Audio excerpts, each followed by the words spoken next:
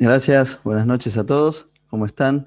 Realmente es un gusto poder verles, aunque sea por este medio. Hay muchos hermanos queridos, muy amados, que hace muchísimo ya que no nos vemos, hace más de un año, y sin lugar a dudas se extraña. Deseamos poder juntarnos, deseamos poder compartir un tiempo de comunión entre los hermanos, pero bueno, estas circunstancias nos han hecho vivir la comunión de una manera quizás a la que no estamos acostumbrados, pero gracias a Dios que podemos seguir compartiendo su palabra.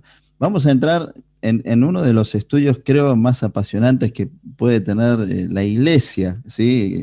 El cristiano como parte de la iglesia, y es el libro de los Hechos. Vamos a buscar el libro de los Hechos, vamos a hacer una pequeña introducción, vamos a leer los primeros 5 versículos. Eh, como para poder comenzar a tratar en esta noche la introducción al libro de los Hechos, conocer algunos aspectos con respecto a cuándo, cómo, quién es el autor de este libro, ¿sí? Y poder también meditar en algunas cuestiones prácticas y esenciales de poder pensar y entender el propósito de este libro para la iglesia de nuestro Señor Jesucristo. Hechos capítulo 1.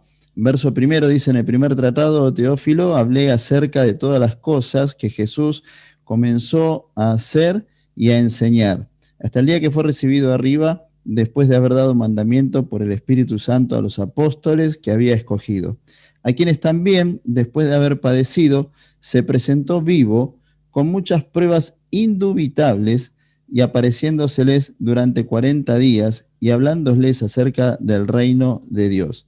Y estando juntos les mandó que no se fueran de Jerusalén, sino que esperasen la promesa del Padre, la cual les dijo: oísteis de mí.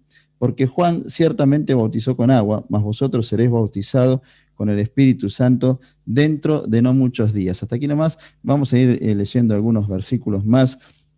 Inclusive vamos a también leer en otras cartas, como para poder aclarar algunos conceptos y también poder pensar en la importancia de este libro.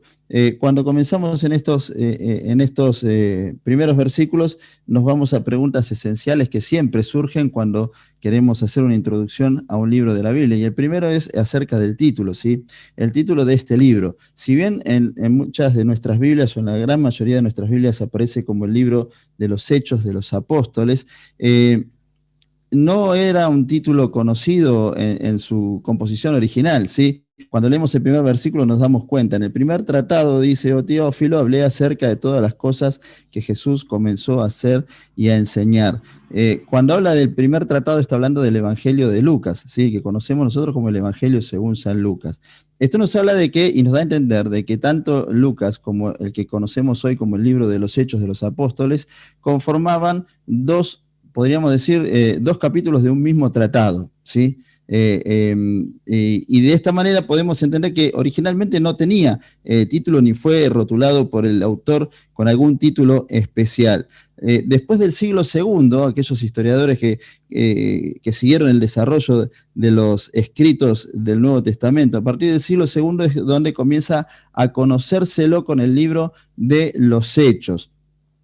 Como decíamos anteriormente, eran 2 tomos, y cuando este segundo tomo comenzó a circular por separado entre las iglesias y comenzó a estudiarse, se utilizó este título para designar el contenido que tenía, ¿sí? Porque, como bien sabemos, relatan los hechos no solo de los apóstoles, porque es un título que luego vamos a ir dando cuenta, no es muy fiel para con la historia, pero sí de la iglesia primigenia, ¿sí?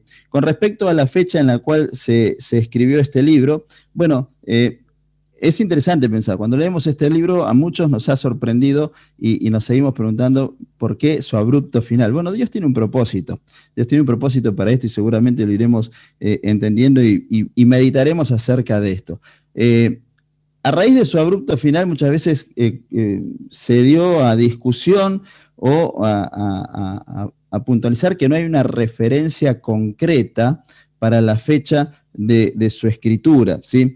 Pero hay algunas cosas que podemos tener en cuenta. Pablo llega a Roma entre el año 60 y 61 después de Cristo, ¿sí? Y es muy probable que haya sido en una fecha ligeramente posterior a esta, ¿sí? Cuando el autor comienza a escribir el libro de los Hechos. La última referencia mencionada la encontramos en el capítulo 28. Vamos a leerla. Allí hay una referencia de tiempo que el escritor de los Hechos deja en claro para comenzar a pensar a partir de ese momento la posibilidad de que se haya escrito este tratado, ¿sí? Capítulo 28 del libro de los Hechos, ya Pablo estaba en Roma, versículo 30, ¿sí? Dice, y Pablo permaneció 2 años enteros en una casa alquilada y recibía a todos los que a él venían. Esta es la última referencia en tiempo, ¿sí? Antes como decíamos anteriormente, el abrupto final de esta historia del libro de los Hechos. Ahora, cuando pensamos en el tiempo o en el año en el cual este libro fue escrito, la fecha más probable es el año 63. ¿Y por qué decimos esto? Bueno, decíamos anteriormente, no hay una fecha precisa, ¿sí? Pero se estima en relación a que, primero, no se mencionan a lo largo de este libro, no se mencionan las persecuciones que comenzaron en la iglesia o a la iglesia por parte del emperador Nerón, a partir del año 64 después de Cristo, ¿sí? No están, en ninguno de sus versículos encontramos alguna referencia con respecto a esta persecución. Por lo tanto, podemos pensar, ¿sí?, que previo a estas persecuciones fue la fecha en la cual se escribió este libro. Otra cosa para destacar, cuando leemos el libro de los Hechos encontramos minuciosos detalles de la vida del apóstol Pablo. De hecho, su conversión se relata 3 veces, ¿sí? No vamos a anticiparnos a esto, después habrá otros hermanos que profundizarán en estos relatos y quizás también el porqué. Pero encontramos minuciosos detalles con respecto a la vida del apóstol Pablo, que también lo vamos a ver con respecto al autor, porque es muy amigo, íntimo amigo, compañero entrañable del apóstol Pablo.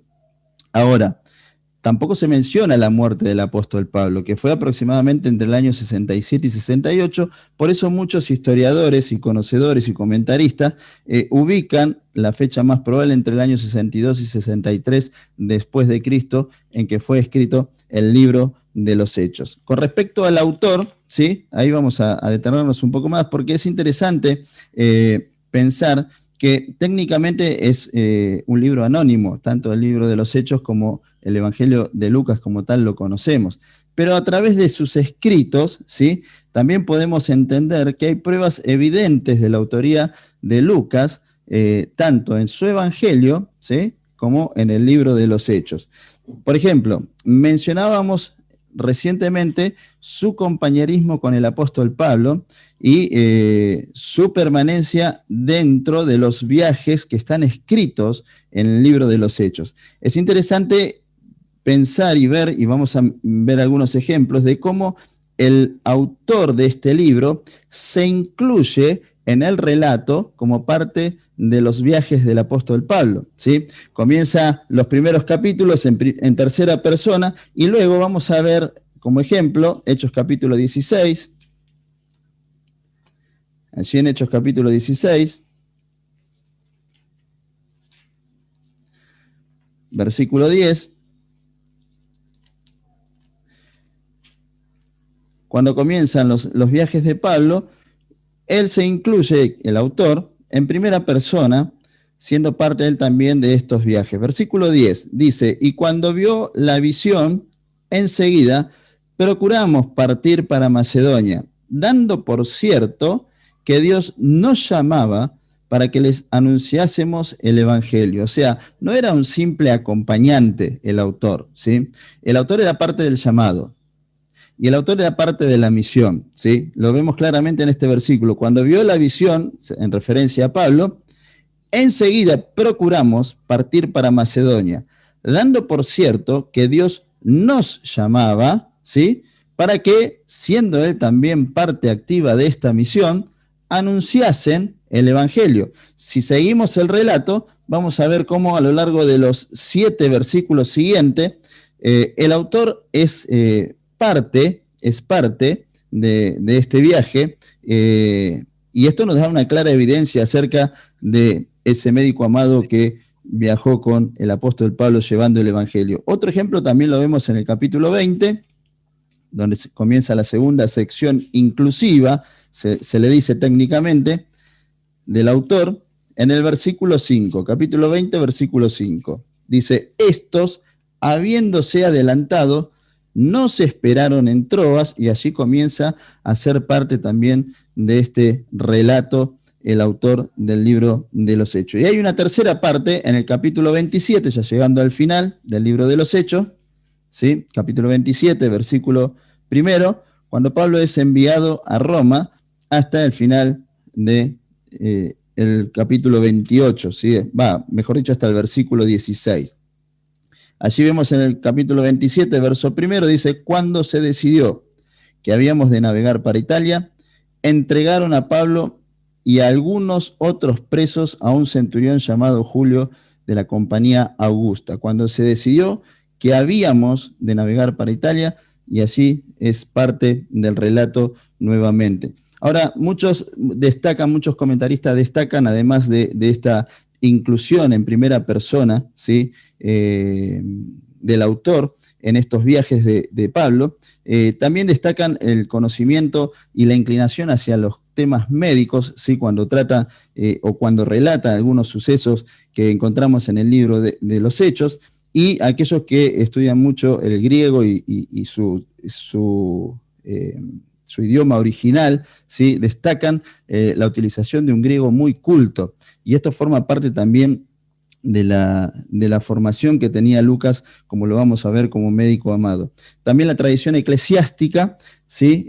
Acepta unánimemente la autoría de Lucas, tanto grandes teólogos de los primeros siglos, Ireneo, Tertuliano y Clemente de Alejandría, no tienen dudas al respecto de que Lucas es el autor del libro de los Hechos. Y acerca de Lucas decíamos, como decíamos anteriormente, era un médico sirio convertido al cristianismo, con la particularidad de ser un gran compañero de Pablo, ¿sí?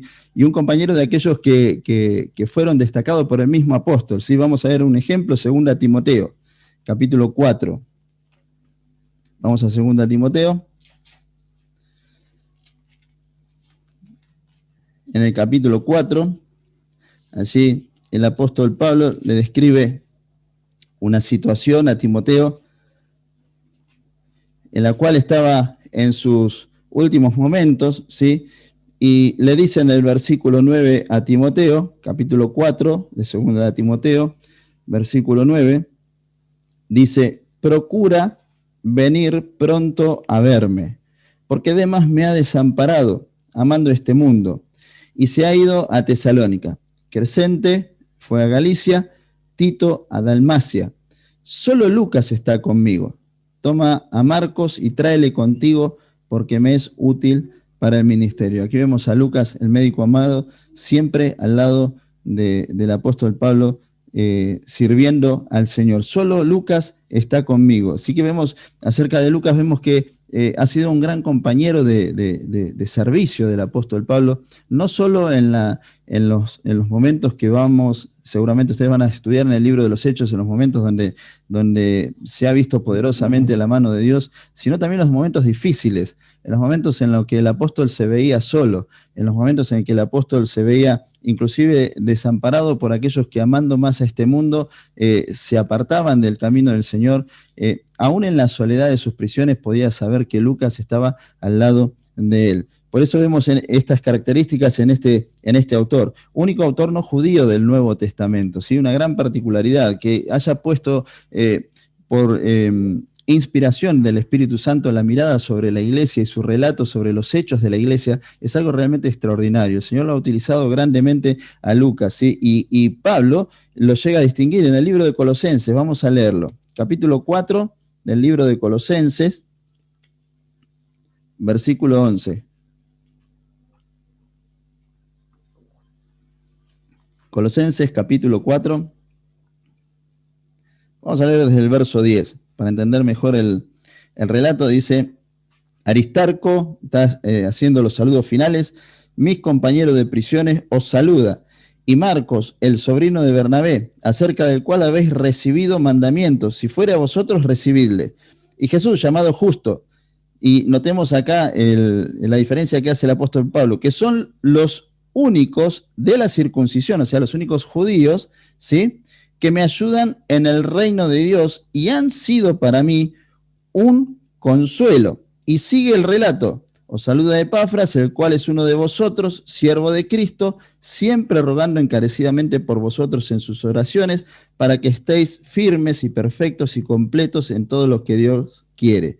Porque de él doy testimonio, de quien tiene gran solicitud por vosotros y por los que están en la Odisea y en los que están en Hierápolis. Os saluda Lucas, el médico amado, y Demas. Allí hace una diferenciación donde por un lado menciona a los judíos, ¿sí?, a los de la circuncisión, que le ayudaban en el ministerio, y por otro lado estaban aquellos que eran gentiles, ¿sí?, que no eran del pueblo de Israel. Entonces, allí el apóstol Pablo marca esta diferencia, donde el apóstol lo distingue como uno de los siervos que no eran judíos, ¿sí? Y es el único que puede escribir, porque realmente estuvo en los planes de Dios que lo hiciera, estos escritos.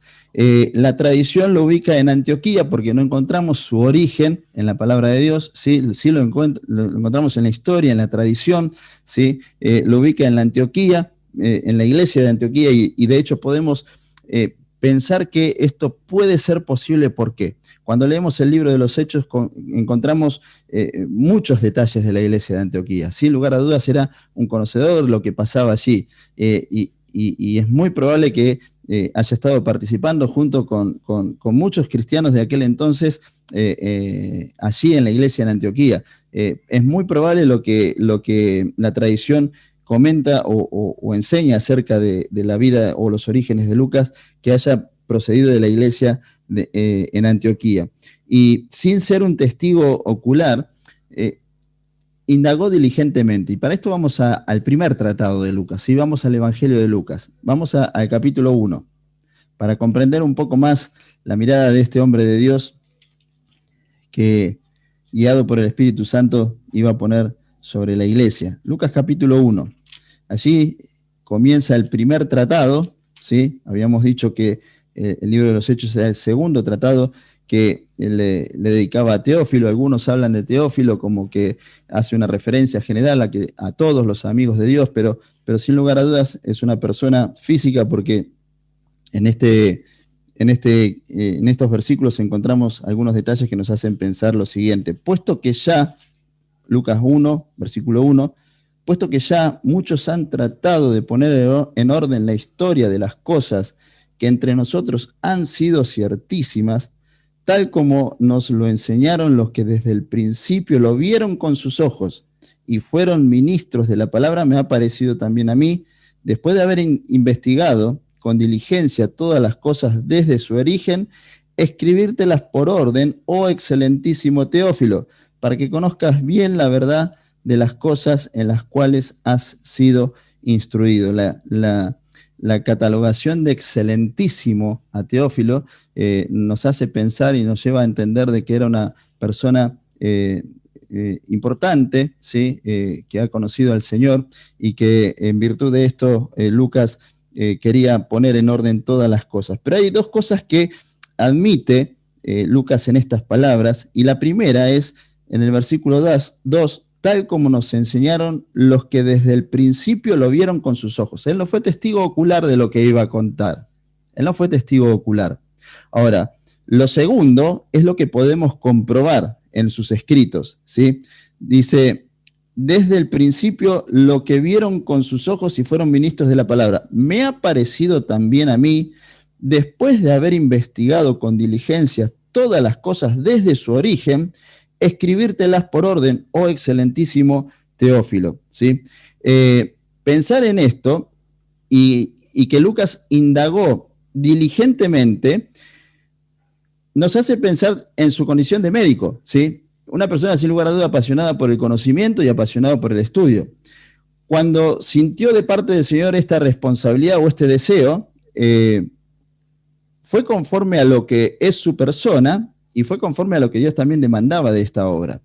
Y así lo hizo indagando diligentemente, no solo con el privilegio que él ha tenido. Pensemos que en el transcurso del libro de los Hechos podemos ver a Lucas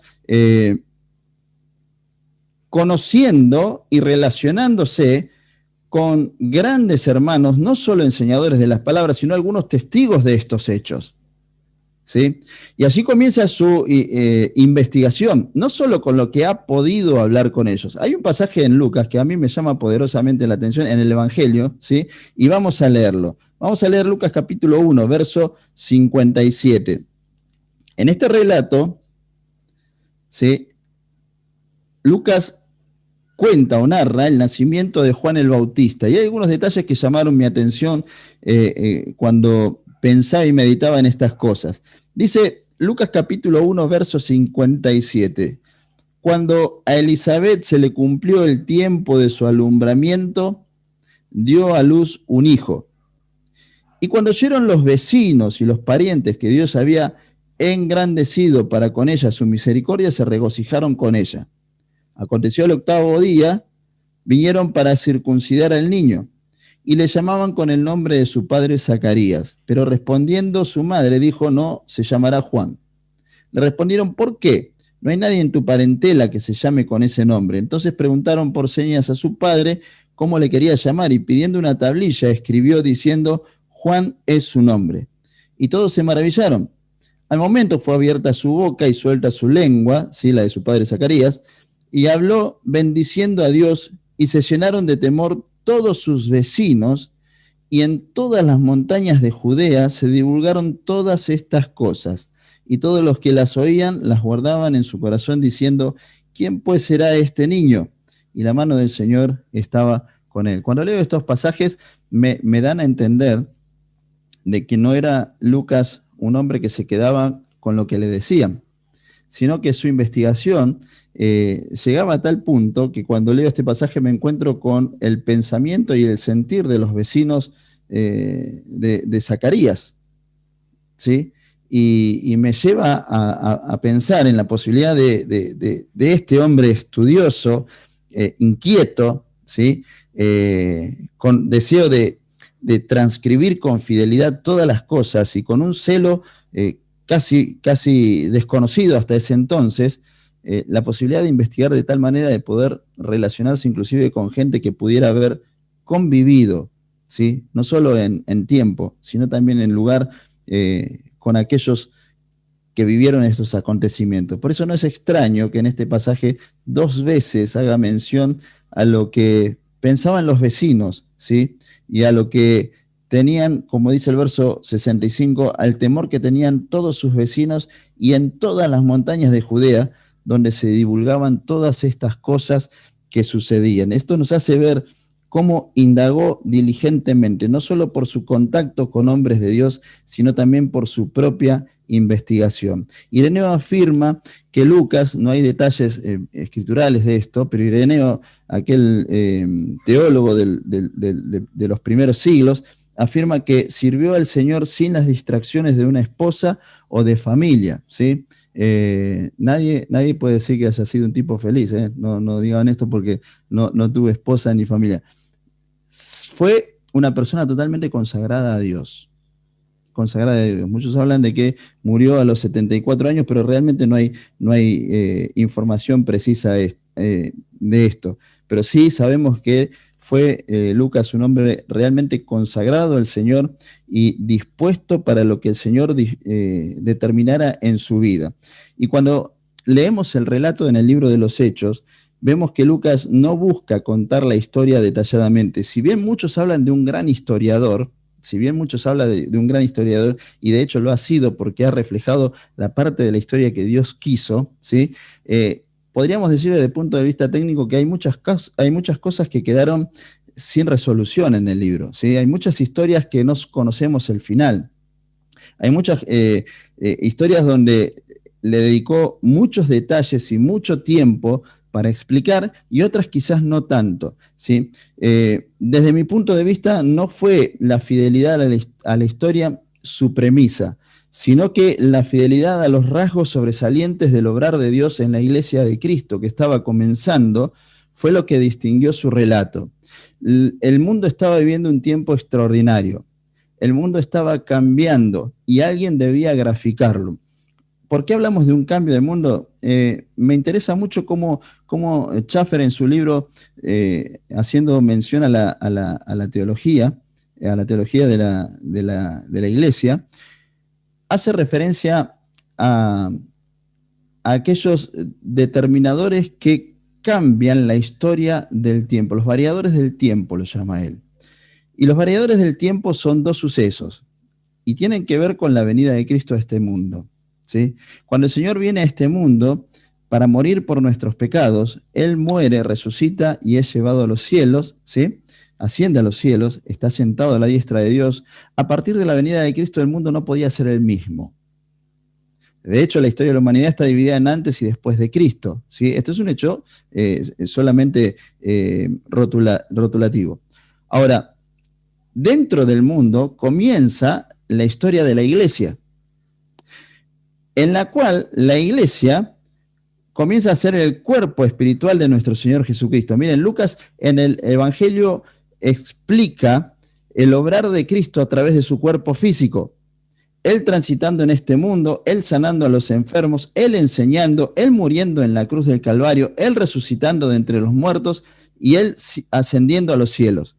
Pero en el libro de los Hechos relata los hechos del Señor Jesucristo a través de su cuerpo espiritual, que es la iglesia.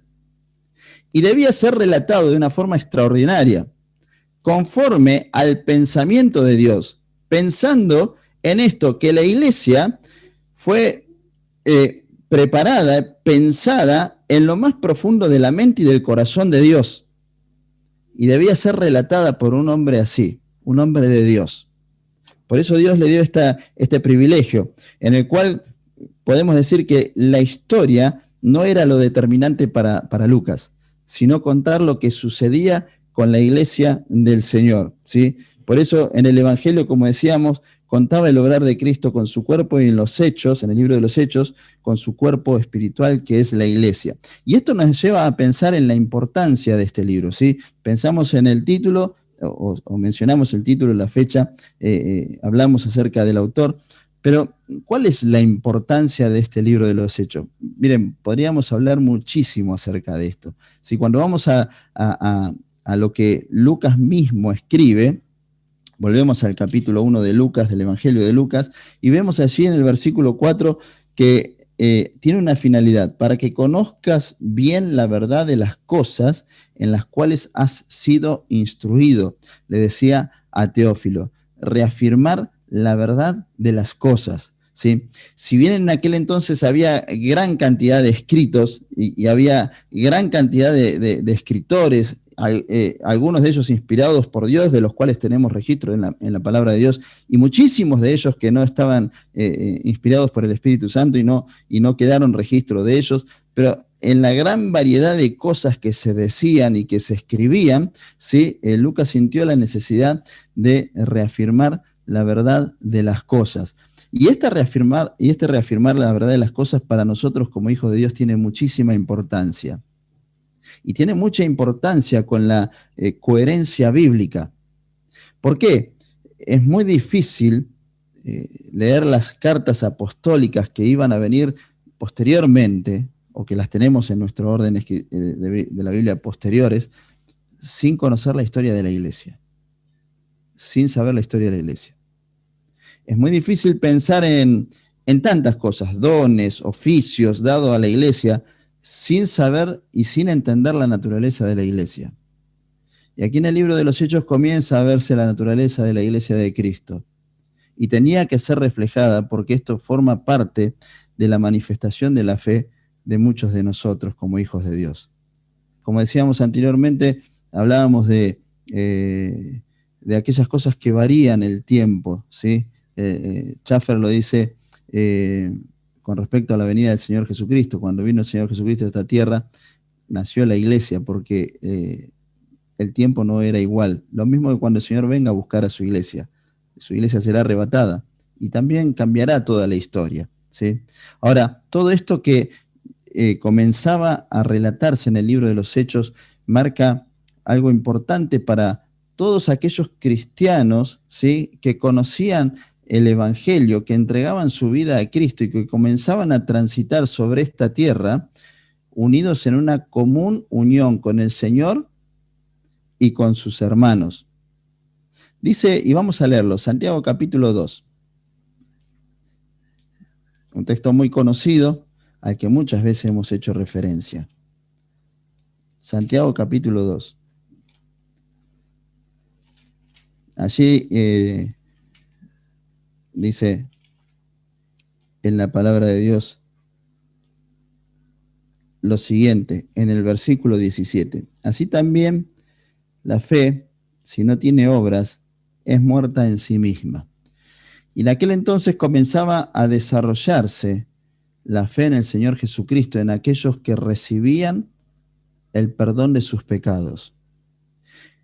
Sin lugar a duda era necesario que los hechos de la iglesia primitiva sean notorios y sean visibles. Nuestra fe se muestra en los hechos, y allí en la escritura de este libro podemos comenzar a ver aquellos actos que daban una constancia palpable, visible, de lo que era la fe en Cristo Jesús. La iglesia comenzaba a trastornar este mundo. Y la iglesia comenzaba a hacer ver a este mundo que en Cristo había una vida distinta, como hoy lo seguimos predicando, ¿sí? Quizás con cuestiones diferentes, quizás con realidades distintas, quizás con un tiempo totalmente distinto a lo que se vivían en aquel entonces, pero una misma fe, un mismo Señor y una misma convicción. Y qué importante fue que se escribieran estas cosas, para que de esta manera también podamos fundamentar nuestra fe a través de los hechos que Dios obraba por medio de la iglesia en este mundo. Es una carta fundamental para entender las epístolas, como decíamos anteriormente. Y a lo largo de esta carta, que abarca un periodo histórico de aproximadamente 38 años, se describen cosas fundamentales que marcaron la historia, no solo de la iglesia del Señor en este mundo, sino la historia misma de este mundo, ¿sí? Se describen dos cruzadas evangélicas enormes, la de Jerusalén dirigida por Pedro en los primeros capítulos, en los primeros 12 capítulos, y después la mundial dirigida por el apóstol Pablo. También se hace mención a los primeros diáconos, allí en el capítulo 6, versículo 1 al 15. Se hace mención también a los primeros mártires de la iglesia, ¿sí? También allí en el capítulo 7 y 8. Allí donde vemos también que los que recibían a Cristo en el corazón, ¿sí?, fueron llamados cristianos por primera vez, y justamente allí en Antioquía, ¿sí?, en el capítulo 11, versículo 26. Vamos a leerlo, vamos a Hechos capítulo 11, versículo 26.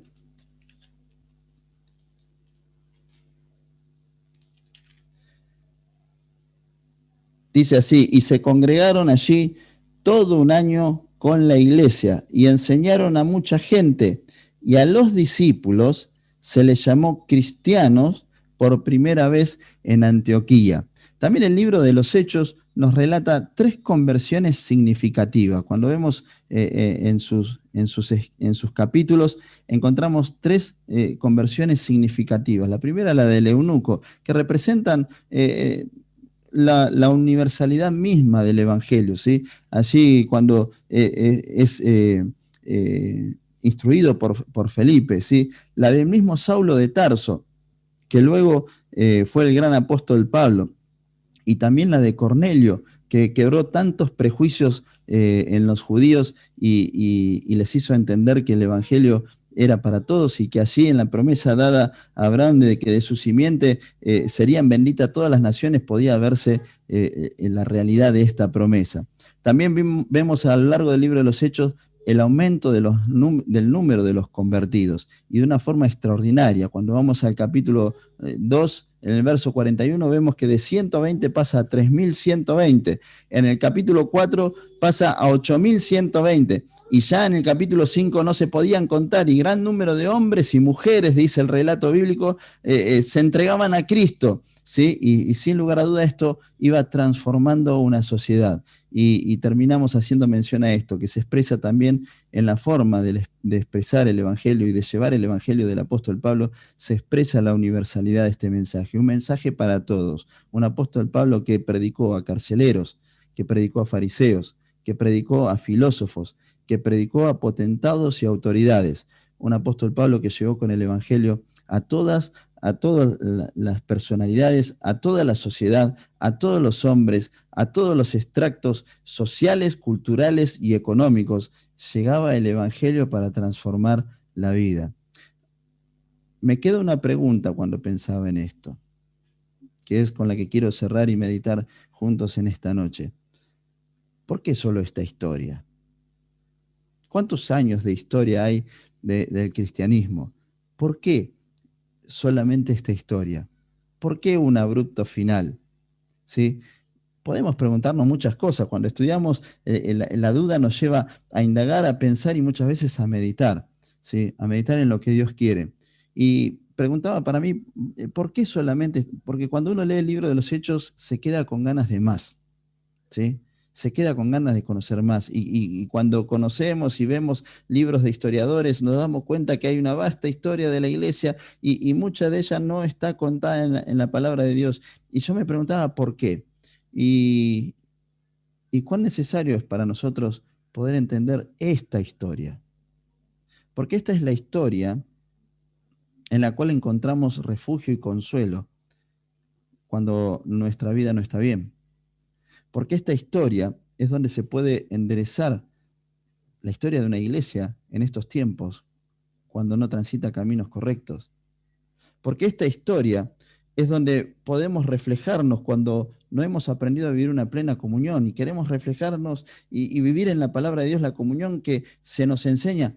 Es en esta historia donde corregimos, es en esta historia donde curamos, es en esta historia donde enderezamos, es en esta historia donde volvemos a la identidad que Dios le ha dado a su iglesia, que aún puede pasar muchos años y atravesar distintos periodos culturales y atravesar distintos momentos de la historia, en algunos tiempos persecución, hoy nos toca una pandemia donde estamos todos detrás de una pantalla viéndonos de esta manera que nunca pensamos.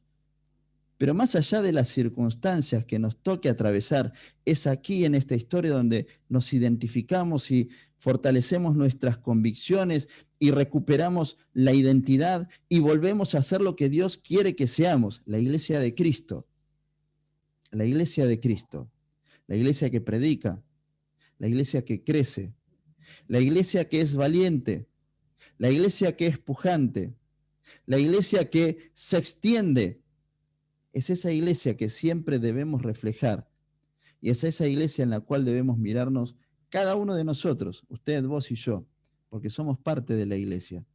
No, no porque nosotros lo hubiéramos decidido o porque nosotros hubiéramos querido, lo hubiéramos, mejor dicho, merecido, sino porque Dios quiso y por su gracia y por su misericordia nos permitió conocer a Cristo. Y así como a Lucas, así como a Saulo de Tarso, así como a muchos hombres que vamos o que ustedes van a conocer en esta historia, les permitió ser parte de la iglesia, a usted y a vos y a mí, me permitió ser parte de la iglesia el día que conocí a Cristo como Señor y Salvador de mi alma. ¿Quiero saber cómo me debo conducir? Queridos hermanos, están frente a la mejor historia, a la historia que ustedes deben conocer, a la historia que nosotros debemos conocer, a la historia que todo hijo de Dios quiere conocer y debe conocer, a la historia de la iglesia de Dios. Que Dios nos ayude a que podamos, a través de esta meditación del día de hoy, del próximo miércoles, eh, poder motivarnos a sumergirnos en este hermoso libro y poder sacar las más hermosas enseñanzas prácticas para nuestra vida. Para que cuando se termine este tiempo, porque este tiempo habrá de terminarse en algún momento y si no, bueno, nos rebuscaremos cómo vivir una comunión como el Señor quiere que vivamos, podamos hacerlo en toda plenitud, como el Señor quiere, y disfrutando de esta unidad que Cristo ganó en la cruz del Calvario para nosotros, y que podamos vivirla y desarrollarla como lo hacía la primera iglesia. Que Dios nos ayude a que esto sea una realidad en nuestras vidas. Amén.